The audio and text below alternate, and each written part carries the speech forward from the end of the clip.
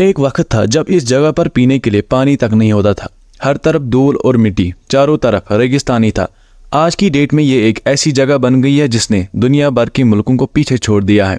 जहां रेत थी वहां आज वर्ल्ड क्लास रोड्स, दुनिया की सबसे बड़ी बिल्डिंग, सबसे बड़े मॉल्स, सबसे बड़े होटल्स, सबसे ऊंचा रेस्टोरेंट।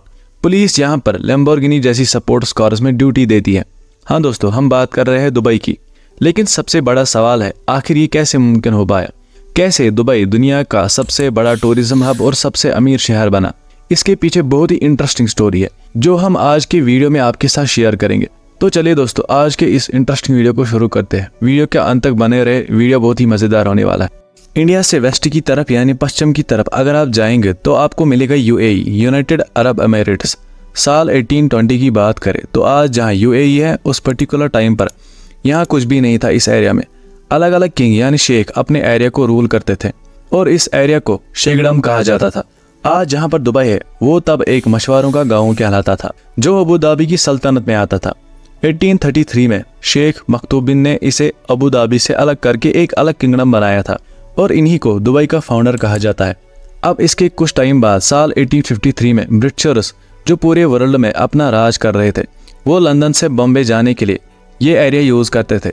लेकिन इस रास्ते से निकलते हुए अंग्रेजों के साथ लूट होती थी, तो इसके लिए ब्रिटिशर्स ने ये जो एरिया था दुबई और अबू धाबी वाला, इनसे बात की और एक ट्रूस एग्रीमेंट साइन किया जिसमें इन्होंने इनकी सिक्योरिटी की बात की ताकि आगे चलकर इन्हें दिक्कत ना हो। इसके बाद इस एरिया का नाम शेखडम से चेंज होकर ट्रूशल स्टेटस हुआ। आगे चलकर इस एरिया में जब रशिया और फ्रांस का इन्वॉल्वमेंट होने लगा तो इन ट्रूशल स्टेटमेंट्स को ब्रिटिशर्स की आर्मी ने सिक्योरिटी दी। लेकिन ब्रिटिशर्स ने कुछ भी डेवलपमेंट नहीं की इस एरिया में क्योंकि ये उनके लिए एक सिर्फ क्रॉसिंग पॉइंट था। इस टाइम पर दुबई का जो ये एरिया था वो फिशिंग से बढ़ के पर्ल बिजनेस के लिए फेमस हुआ था। दुबई की असली किस्मत चेंज हुई 1958 में जब शेख राशिद बिन सईद दुबई के रूलर बने और इन्होंने दुबई को एक गांव से एक चमकता शहर बना दिया। 1959 में ये यूरोप जाते हैं और वहाँ के इंफ्रास्ट्रक्चर से ये बहुत ही इम्प्रेस होते हैं और उन्होंने वहाँ से आते ही ये डिसाइड किया कि वो दुबई को एक ट्रेडिंग, ट्रांसपोर्ट और फाइनेंस का हब बनाएंगे जो दुनिया भर में मशहूर होगा। दुबई पर्शियन गल्फ में है जो ईरान, इराक, कुवैत, सऊदी और कतर के बीच में है। साथ में ये रूट एशिया, अफ्रीका और यूरोप को भी कनेक्ट करता है। दुबई की लोकेशन बहुत ही स्ट्रेटेजिक लोकेशन थी। इस चीज को ध्यान में रख के शेख राशिद ने, जो इनके पास नेचुरल दुबई क्री यानी कि खाड़ी थी जिसमें छोटी छोटी नाव तो आती थी लेकिन बड़े शिप्स नहीं आ पाते थे, शेख राशिद ने इसको और गहरा करवाया और चौड़ा करवाया ताकि बड़े शिप्स भी आ सके। इसके लिए राशिद ने बहुत सारा पैसे इस पे खर्च कर दिए और इसको बहुत सुनना भी पड़ा। लेकिन बाद में ये प्लान बहुत ही बड़ा सक्सेसफुल साबित हुआ और दुबई में बहुत ही बड़े बड़े शिप्स आने लगे। शेख राशिद यहाँ पर भी नहीं रुके, इन्होंने एयरपोर्ट बनवाया, इंफ्रास्ट्रक्चर पर बहुत सारा पैसा खर्च किया और इन सब में पैसे पानी की तरह खर्च हो रहे थे। अब इनकी किस्मत का साथ देता है ऑयल। 1966 में दुबई में ऑयल निकलता है लेकिन काफी कम मात्रा में as compared to neighbouring countries. लेकिन यहाँ पर राशिद ने दिमाग लड़ाया क्योंकि उसको पता था ऑयल ज्यादा देर तक नहीं रहने वाला, इसलिए वो ऑयल पर ज्यादा डिपेंडेंसी नहीं रखना चाहते थे। देखिए, जब भी शिप्स एक जगह से दूसरी जगह जाते हैं तो फ्यूल फिलिंग के लिए, ये लोडिंग अनलोडिंग के लिए इनको पोर्ट्स की जरूरत पड़ती है और दुबई एक ऐसी पर्टिकुलर लोकेशन पर था जहां से बहुत सारी शिप्स को आना जाना था। शेख राशिद ने इस चीज की इंपॉर्टेंस को उसी वक्त समझ लिया था और पोर्ट राशिद बनवाया। इस वजह से वहां पर शिप्स रुकने लगी और जब शिप्स रुकती है वहां पर बहुत ही बड़े लेवल पर कमर्शियल एक्टिविटी भी होती है। पोर्ट राशिद को 1972 में बनवाया गया था और उसकी सक्सेस को देखकर 1979 में और एक पोर्ट जबल अली बनवाया गया। आज के डेट में भी ये मिडल ईस्ट का सबसे बड़ा पोर्ट है। और ऐसे टाइम पे जब सारे पोर्ट्स रेडी थे दुबई में, शिप्स आ रहे थे, तो पोर्ट पे पैसे बढ़ाने के बजाय शेख राशिद ने अनाउंसमेंट कर दी कि दुबई का पोर्ट जबल अली कमर्शियल फ्री जोन है। मतलब जो भी इस एरिया से शिप्स गुजरेंगे उनको टैक्स नहीं देना होगा।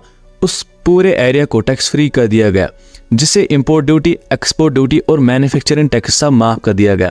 ये एक गेम चेंजर मूव था और दुबई की जीडीपी का 23% हिस्सा यही से आने लगा और दुबई एक बहुत ही बड़ी सिटी बनने की तरफ तेजी से बढ़ रहा था जिसका सारा क्रेडिट शेख राशिद के बोल्ड डिसीजंस को जाता है। अभी तक तो दुबई उन लोगों से कमा रहा था जो शिप के जरिए आते थे, लेकिन 1990 में शेख राशिद ने ट्राई किया कि ऑल ओवर द वर्ल्ड से लोग टूरिज्म के लिए आए ताकि दुबई और प्रोग्रेस करे। 1999 में दुबई में बुर्ज अल अरब होटल बनवाया गया। ये उस वक्त दुनिया का सबसे टॉलेस्ट होटल था। जिसे एक आर्टिफिशियल आइलैंड पे बनवाया गया था।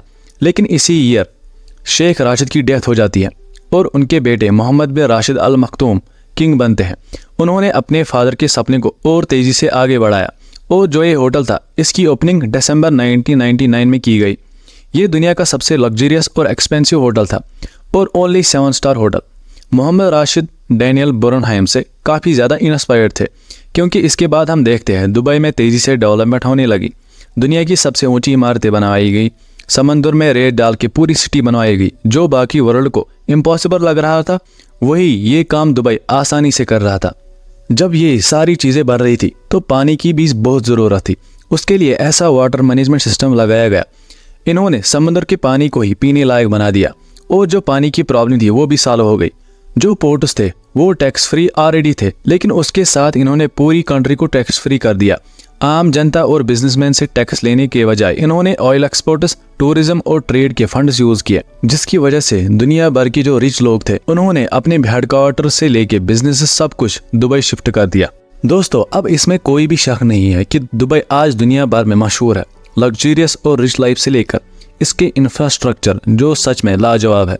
लेकिन दोस्तों, बताया जाता है जल्दी ही दुबई को इस रेस में पीछे छोड़ा जाएगा सऊदी अरबिया के द्वारा। हाँ दोस्तों, क्योंकि साल 2017 में सऊदी के प्रिंस मोहम्मद सलमान के द्वारा नियोम प्रोजेक्ट की अनाउंसमेंट की गई थी और इसको बनाने का बजट है $1 ट्रिलियन, जिसमें बहुत ही दिल दहलाने वाले प्रोजेक्ट है। आप ये वीडियो चेक कर सकते हैं हमारे चैनल पर अबाउट नियोम प्रोजेक्ट। दोस्तों, वीडियो को यही खत्म करते।